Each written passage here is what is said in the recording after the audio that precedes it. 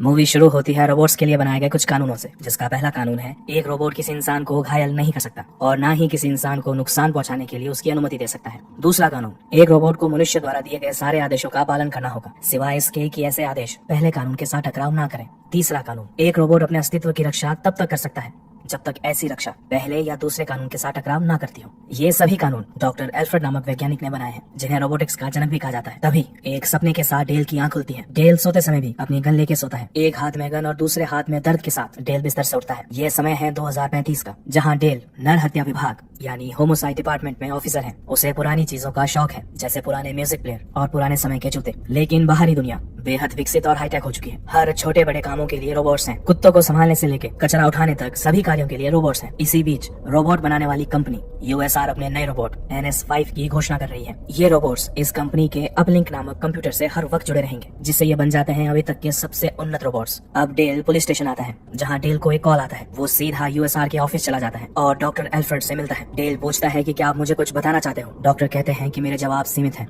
तुम्हें सही सवाल पूछने होंगे। डेल कहता है कि आप खुद को क्यों मारोगे। डॉक्टर कहता है कि अब ये एक सही सवाल है। हम देखते हैं कि ये डॉक्टर एल्फ्रेड नहीं है, बल्कि उनका होलोग्राम है। डॉक्टर तो जमीन पे मूर्छित पड़े हैं। उन्होंने अपने ऑफिस से छलांग लगा के अपनी जिंदगी समाप्त कर ली थी। अब डेल कंपनी के मालिक लॉरेंस रॉबर्टसन से पूछताछ करता है, जहां लॉरेंस बताता है कि उन्हें एल्फ्रेड के जाने का बेहद दुख है। इस कंपनी को उन्होंने ही खड़ा किया था। डेल पूछता है कि डॉक्टर के होलोग्राम ने मुझे क्यों बुलाया। लॉरेंस कहता है कि वैसे होलोग्राम्स पहले से रिकॉर्ड किए गए कुछ सवालों के जवाब होते हैं, शायद आप उन्हें पहले से जानते थे, इसीलिए डॉक्टर ने अपने जाने के बाद होलोग्राम में आपको बुलाने का संदेश रिकॉर्ड किया हो। इसके बाद लॉरेंस काम का बहाना लेके वहाँ से चला जाता है। दरअसल लॉरेंस अगले हफ्ते अपने नए रोबोट NS5 को लाने वाला है, लेकिन डेल को लॉरेंस पे शक हो जाता है। वह कहता है कि आने वाले दिनों में आप मेरा चेहरा बार बार देखेंगे। लॉरेंस को यह बात कुछ खास पसंद नहीं आती, लेकिन वो खुद पे काबू रखता है। अब सुजन इस केस की जांच के दौरान डेल के साथ रहने वाली है। सुजन एक मनोचिकित्सक है और रोबोट्स को इंसान जैसा बर्ताव करवाने में डॉक्टर एल्फ्रेड की मदद किया करती थी। सुरक्षा को लेके डेल के सवाल पे वो कहती है कि इन सेंसर्स की मदद से यहाँ हर समय निगरानी रहती है और ये सेंसर्स हमारी बिल्डिंग के मुख्य कंप्यूटर से जुड़े हैं। ये कंप्यूटर एक तरह से इस बिल्डिंग का दिमाग है, जिसका नाम है वर्चुअल इंटरैक्टिव काइनेटिक इंटेलिजेंस यानी विकी। और विकी डॉक्टर एल्फ्रेड की सबसे पहली रचना थी। अब डेल विकी से पूछता है कि कमरे की खिड़की टूटने से लेके अभी तक की फुटेज दिखाओ, लेकिन कुछ गड़बड़ी के कारण विकी वो फुटेज नहीं दिखा पाते। अब डेल और सुजन डॉक्टर एल्फ्रेड के कमरे में जाते हैं। ये कमरा रोबोट पार्ट से भरा था। अब डेल उस खिड़की के पास जाता है जहाँ से डॉक्टर नीचे कूदे थे। उस खिड़की के पास एक किताब पड़ी थी, हेजल एंड ग्रेटल। डेल को इस किताब का यहाँ होना थोड़ा अजीब लगता है। अब डेल एक स्टूल उठाता है और पास वाली खिड़की पे जोर से मारता है, लेकिन खिड़की का कांच नहीं टूटता। डेल कहता है कि डॉक्टर जैसे बुजुर्ग आदमी के लिए इसे तोड़ पाना नामुमकिन है। सुजैन कहती है कि उन्होंने इसे तोड़ने का कोई तरीका निकाल लिया होगा, क्योंकि इस रूम का गेट अंदर से बंद था और इस कमरे में उनके अलावा ना तो कोई आया है और ना ही गया है। डेल कहता है कि हो सकता है कातिल अभी भी इसी कमरे में हो। सुजन को यकीन नहीं होता कि डेल का इशारा इन रोबोट पार्ट्स में छुपे किसी रोबोट की तरफ है। सुजन कहती है कि कोई भी रोबोट किसी इंसान को नहीं मार सकता और ये कानून खुद डॉक्टर एल्फ्रेड ने ही बनाए थे और कोई भी रोबोट इनका उल्लंघन नहीं कर सकता। तभी एक रोबोट पार्ट्स के बीच में से कूद के बाहर आता है, जिससे डेल की गन छूट के नीचे गिर जाती है। सुजन डेल को शांत होने को कहती है। वो कहती है कि ये बस खुद को बचाने के बर्ताव की नकल कर रहा है, इससे हमें कोई खतरा नहीं है। लेकिन डेल जैसे ही अपनी दूसरी गन निकालता है, वो रोबोट नीचे पड़ी डेल की गन उठा लेता है और डेल पे तान देता है। अब वो रोबोट भाग के सीधा खिड़की के नीचे छलांग लगा देता है, लेकिन डेल की एक गोली उस रोबोट के पैर पे लग जाती है। इसके बावजूद रोबोट रुकता नहीं और वहाँ से भाग जाता है। डेल उसका पीछा करते हुए नीचे आता है तो डेल को वहाँ रोबोट नहीं मिलता, लेकिन घाव से निकला उस रोबोट का खून जरूर दिख जाता है। डेल सुजन से पूछता है कि वो रोबोट कहाँ जा सकता है। सुजन कहती है कि उसे खुद की मरम्मत करनी होगी। वो असेंबली प्लांट जहाँ रोबोट्स बनते हैं वहाँ जा सकता है। डेल उस प्लांट की ओर बढ़ते हुए रास्ते में अपने सीनियर ऑफिसर को उस प्लांट पे पुलिस फोर्स भेजने को कहता है। अब डेल और सुजन उस प्लांट में जाते हैं जहाँ कोई भी इंसान काम नहीं कर रहा, रोबोट्स ही रोबोट्स को बना रहे हैं। सुजन देखती है कि इस प्लांट में रोजाना 1000 रोबोट्स बनते हैं, लेकिन अभी इस प्लांट में 1001 रोबोट्स हैं, यानी वो खूनी रोबोट इसी प्लांट में था। लेकिन अब डेल के सामने एक नई चुनौती थी, इन एक जैसे दिखने वाले 1001 रोबोट्स में से उस खूनी रोबोट को ढूंढने की। सुजन कहती है कि ये रोबोट्स अभी सिर्फ हार्डवेयर हैं, इनमें बस वे 3 कानून ही डाले गए हैं, इनसे कुछ भी उम्मीद करना बेकार है। डेल उन रोबोट से कहता है कि मेरे हर आदेश को माना जाए, अगर मैं तुमको जान से मारूं तो तुम खुद को बचाओगे नहीं। रोबोट्स आदेश की पुष्टि करते हैं। अब डेल अपनी गन निकाल के एक रोबोट पे तान देता है। सुजन कहती है कि तुम करना क्या चाहते हो। डेल कहता है कि उस रोबोट का इंतजार जो मेरे इस आदेश को मानने से मना कर दे। और डेल एक रोबोट के सर पे गोली मार देता है और वो रोबोट वहीं गिर जाता है। अब डेल दूसरे रोबोट की तरफ बढ़ता है और उस पे भी अपनी गन तान देता है। तभी एक रोबोट कतार में खड़ा हल्का सा तिरछा होके डेल को देखता है। यही था वो खूनी रोबोट। डेल उसके पीछे भागता है, लेकिन वह एक बार फिर से उन रोबोट्स में गुम हो जाता है। तभी वो रोबोट डेल को पकड़ के गिरा देता है और कूद के उसके पास आता है। लेकिन वो खूनी रोबोट डेल को मारता नहीं है, बल्कि उससे एक सवाल पूछता है, मैं क्या हूँ, और वहाँ से भाग जाता है। लेकिन प्लांट के बाहर कई पुलिस वाले उसका इंतजार कर रहे थे और आखिरकार उस रोबोट को पकड़ लिया जाता है। लेकिन इस गिरफ्तारी से जॉन, जो कि डेल का बॉस है, बिल्कुल भी खुश नहीं था। जॉन यूएसआर जैसी बड़ी कंपनी के मालिक लॉरेंस के खिलाफ नहीं जाना चाहता था। अब जॉन डेल से तुरंत इस केस को बंद करने को कहता है। जॉन कहता है कि रोबोट्स इंसान को नहीं मार सकते। डेल कहता है कि मुझे बस 5 मिनट दो अपनी बात साबित करने के लिए। जॉन मान जाता है, लेकिन डेल से कहता है कि अब और कोई गड़बड़ी मत करना। डेल जॉन को आंख मारते हुए उस रोबोट के पास आता है, लेकिन ये चीज वो रोबोट भी देख लेता है। रोबोट डेल से पूछता है कि तुमने अभी दूसरे इंसान को देख के अपनी एक आंख क्यों बंद की। डेल कहता है कि ये भरोसा रखने का इशारा था, ये एक इंसानी भावना है, तुम इसे नहीं समझ सकते। वो रोबोट कहता है कि मेरे पिता ने मुझे इंसानी भावनाएं सिखाने की कोशिश की थी, लेकिन इंसानी भावनाएं काफी जटिल होती हैं। डेल कहता है कि रोबोट्स में कोई भावनाएं नहीं होती, जानवरों में भी भावनाएं होती हैं। उन्हें भूख लगती है, वो सोते हैं, सपने देखते हैं, लेकिन तुम सिर्फ कलपुर्जों का एक ढेर मात्र हो। क्या तुम संगीत बना सकते हो? क्या एक रोबोट खूबसूरत पेंटिंग बना सकता है? इन सब के लिए इंसानी भावनाएं चाहिए, जो तुम में नहीं है। वो रोबोट कहता है कि मैं सपने देखता हूँ। डेल उस रोबोट की इस बात को नजरअंदाज कर देता है और कहता है कि जब डॉक्टर तुम्हें इंसानी भावनाएं समझा रहे थे तो तुम उन्हें झेल नहीं पाए, तुम बेकाबू हो गए और तुमने उन्हें मार दिया। ये सुन के वो रोबोट थोड़ा असहज होता है। डेल आगे कहता है कि कैसा हो कि अगर मेरे टोस्टर में भावनाएं आ जाए और वो मेरी किसी बात से नाराज होके मेरे लिए टोस्ट ना बनाए। डेल द्वारा खुद की तुलना एक टोस्टर से होता देख उस रोबोट को गुस्सा आ जाता है और वो जोर से टेबल पे अपने हाथ मारते हुए कहता है कि मैंने उन्हें नहीं मारा। टेबल पे हुए डेंट को देखते हुए डेल कहता है कि इसे कहते हैं गुस्सा। क्या तुमने कभी ऐसा गुस्सा पहले महसूस किया है? वो रोबोट शांत हो जाता है, लेकिन कोई जवाब नहीं देता। तभी डेल गुस्से में उसे कहता है कि डिब्बे, मेरे सवाल का जवाब दो। वो रोबोट कहता है कि मेरा नाम सनी है। डेल को ताजुब होता है कि अब लोग इन डब्बों का नाम भी रखने लगे हैं। अब वो रोबोट यानी सनी कहता है कि मैंने उन्हें नहीं मारा, उन्होंने मुझसे एक मदद मांगी थी, एक वादा लिया था, लेकिन शायद मुझे ऐसा नहीं करना चाहिए था। डेल पूछता है कि कैसा वादा? सनी कहता है कि शायद वे डरे हुए थे। डेल पूछता है कि किससे? सनी डेल से पूछता है कि क्या तुम उस इंसान की मदद नहीं करोगे जिससे तुम प्यार करते हो? यहाँ हम एक ऐसे रोबोट को देख रहे हैं जो सपना देखता है, जो गुस्सा करता है, जिसे वादे की अहमियत पता है, जो प्यार की बातें करता है। तभी वहाँ जॉन और उसके साथ लॉरेंस भी आ जाता है। अब लॉरेंस जॉन को धमकाते हुए कहता है कि हत्या तभी मानी जाती है जब कोई इंसान दूसरे इंसान को मारता है। एक रोबोट पे हत्या का इल्जाम नहीं लगाया जा सकता। इस रोबोट में एक छोटी सी गड़बड़ी आ गई, जिस वजह से इसने ऑफिसर डेल पे हमला किया। कंपनी के रूल्स के अनुसार इस रोबोट को नष्ट कर दिया जाएगा। डेल के ना चाहते हुए भी लॉरेंस के आदमी सनी को वहाँ से ले जाते हैं, लेकिन डेल को लॉरेंस की बात पे भरोसा नहीं होता। वो छानबीन करने के लिए डॉक्टर एल्फ्रेड के घर जाता है, लेकिन डेल देखता है कि डॉक्टर के घर के बाहर एक विनाशक रोबोट खड़ा है, जिसे सुबह 8 बजे डॉक्टर एल्फ्रेड के घर को नष्ट करने के आदेश दिए गए हैं, और ये आदेश खुद लॉरेंस ने दिए थे। डेल घर में जाता है और हादसे से जुड़े कुछ सुराग ढूंढने लगता है। घर में घूमते हुए डेल डॉक्टर एल्फ्रेड के ऑफिस वाले कमरे में आता है, जहां डेल कंप्यूटर से डॉक्टर द्वारा देखे गए आखिरी वीडियो को चलाने को कहता है, जिसमें डॉक्टर एल्फ्रेड बताते हैं कि रोबोट्स की प्रोग्रामिंग में कई ऐसे कोड्स का मिश्रण होता है जिसे समझ पाना मुश्किल है। ऐसे कोड्स को हम भूतिया कोड्स यानी घोस्ट कोड कहते हैं। ये कोड्स इन्हें शक्ति देते हैं सोचने की, खुद से फैसले लेने की। हमने देखा है कि खराब या पुराने रोबोट्स को जब एक जगह पे रखा जाता है तो वो एक दूसरे के पास जाके खड़े हो जाते हैं। रोबोट्स ऐसा क्यों करते हैं ये बता पाना अभी संभव नहीं है। तभी हम देखते हैं कि बाहर खड़े उस विनाशक रोबोट में डॉक्टर के घर को नष्ट करने का समय सुबह 8 बजे से बदल के रात के 8 बजे हो जाता है, यानी अभी, और वो रोबोट एक्टिवेट हो जाता है। डेल वहाँ एक चीज देखता है कि डॉक्टर के घर में भी वही सेंसर्स लगे हैं जो यूएसआर बिल्डिंग में लगे थे, जिससे हर समय निगरानी रखी जाती है। अब डेल कमरे से बाहर आता है, तभी वो विनाशक रोबोट घर को तोड़ना शुरू कर देता है। डेल बचते हुए भाग रहा है और वो रोबोट ठीक उसके पीछे ही था, मानो वो रोबोट इस घर को नहीं बल्कि डेल को नष्ट करना चाहता हो। डेल किसी तरह अपनी जान बचाने में सफल हो जाता है। अब डेल सीधा सुजन के घर जाता है और कहता है कि एक विनाशक रोबोट ने डॉक्टर का घर नष्ट कर दिया है, जबकि मैं उस घर के अंदर ही था। सुजन कहती है कि ऐसा संभव ही नहीं है। डेल पूछता है कि तुम मशीनों में घोस्ट के बारे में क्या जानती हो? सुजन कहती है कि ऐसा डॉक्टर एल्फ्रेड कहते थे, इनका मतलब होता है कि रोबोट्स खुद को विकसित कर सकते हैं। डेल ये सुन के हैरान हो जाता है। तभी डेल को सनी जैसा NS5 वाला एक रोबोट दिखाई देता है जो टीवी देख रहा था। डेल कहता है कि ये रोबोट यहाँ क्या कर रहा है? सुजन बताती है कि ये उसका पर्सनल रोबोट है और अभी यूएसआर से अपडेट ले रहा है। डेल कहता है कि मैं इसके सामने कोई बात नहीं करने वाला। वो दोनों दूसरे कमरे में जाते हैं, जहाँ डेल कहता है कि उसने डॉक्टर के घर पे वही सेंसर्स देखे थे जो तुम्हारी बिल्डिंग में लगे हैं। हो सकता है कि इन सेंसर से कोई डॉक्टर पे निगरानी रख रहा हो। शायद रोबोट्स में कोई बहुत बड़ी दिक्कत आ गई थी थी और लॉरेंस उसे छुपाना चाहता था, लेकिन डॉक्टर के विरोध से नाराज होकर लॉरेंस ने डॉक्टर को मरवा दिया। सूजन कहती है कि तुम पागल हो गए हो, तुम चाहते हो कि रोबोट्स में कोई दिक्कत है, तुम रोबोट्स से नफरत करते हो, बस उन्हें ही इस घटना का जिम्मेदार मानते हो, जबकि ऐसा कुछ नहीं है। डॉक्टर की मौत उनकी मर्जी से हुई थी और यही सच है। डेल कहता है कि डॉक्टर मुसीबत में थे, मुझे इस बात से फर्क पड़ता है और मुझे लगा था कि तुम्हें भी डॉक्टर की चिंता होगी। अब डेल सूजन और डॉक्टर की फोटो एक टेबल पे रख देता है जो डेल ने डॉक्टर के घर से ली थी। डॉक्टर के साथ अपनी फोटो देख सूजन बेहद भावुक हो जाती है।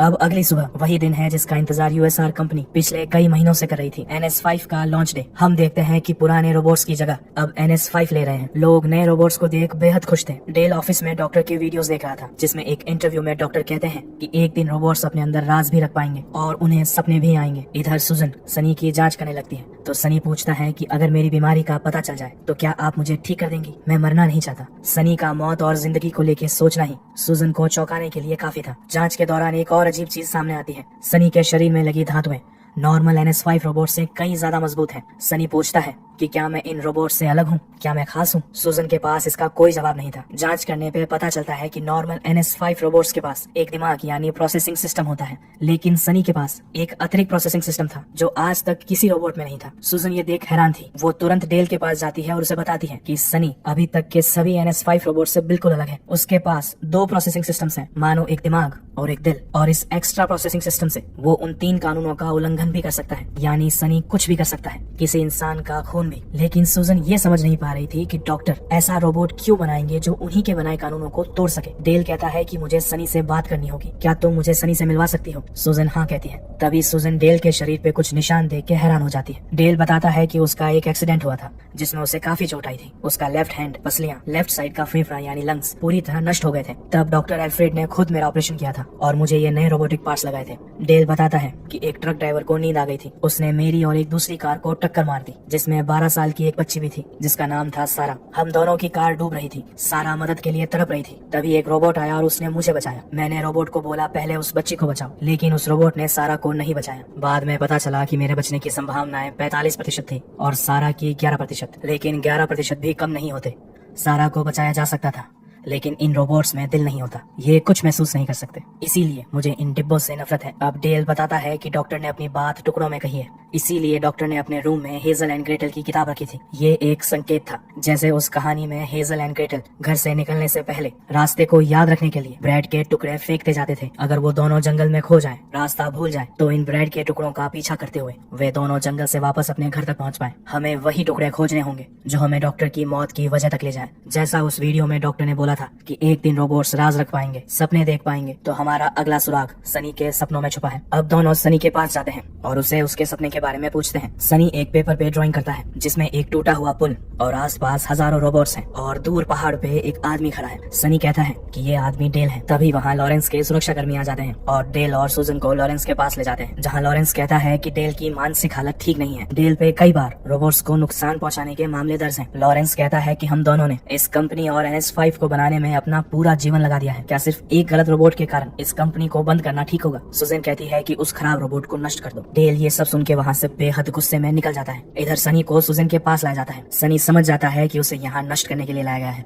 सूजन एक ट्यूब भरती है तो सनी पूछता है कि इस ट्यूब में क्या है। सूजन कहती है कि ये माइक्रोस्कोपिक रोबोट्स हैं, यानी नैनाइट्स। ये छोटे रोबोट्स खराब सिस्टम को पहचान के उसे नष्ट कर देते हैं। सनी पूछता है कि क्या इसमें दर्द होगा। इस बात से सूजन बेहद भावुक हो जाती है, लेकिन उसे सनी को नष्ट करना होगा और वो ऐसा ही करती है। सनी के सिस्टम में नैनाइट्स डाल देती है और धीरे धीरे सनी की आंखें बंद हो जाती हैं। डेल ये सब सुन के वहाँ से सीधा उस पुल की तरफ जाता है जो सनी की ड्राइंग में था। तभी हम देखते हैं कि ये वो जगह है जहाँ खराब रोबोट्स को रखा जाता है, लेकिन यहाँ से कुछ अजीब सी आवाजें आ रही थी। डेल जाके देखता है कि लाल लाइट्स वाले NS5 रोबोट्स सारे पुराने रोबोट्स को मार रहे हैं। इधर एक टूटा हुआ पुराना रोबोट डेल के पास आता है और उसे यहाँ से भागने को कहता है। तभी सारे NS5 रोबोट्स डेल को पकड़ने उसके पीछे भागते हैं, लेकिन पुराने रोबोट्स डेल की रक्षा करने के लिए उन NS5 रोबोट्स पे कूद जाते हैं और उनमें आपस में लड़ाई होती है। तब तक डेल वहाँ से भाग जाता है। अब पूरे शहर का पावर काट दिया गया था। इधर शहर की सड़कों पे NS5 रोबोट्स आ जाते हैं और लोगों को कहते हैं कि आप सभी अपने अपने घर में जाएं। शहर में कर्फ्यू लगा दिया गया है। इधर रोबोट्स पुलिस स्टेशन पे भी हमला कर देते हैं। सभी ऑफिसर्स लड़ने की कोशिश करते हैं, लेकिन कुछ ही देर बाद जॉन सहित पूरे डिपार्टमेंट को बंधक बना लिया जाता है। इधर सूजन बाहर जाने के लिए जैसे ही गेट तक आती है, वो रोबोट उसे रोक देता है। सूजन थोड़ा विरोध करती है तो वो रोबोट सूजन को जबरदस्ती नीचे बैठा देता है। तभी वहाँ डेल आ जाता है और उस रोबोट को मार देता है।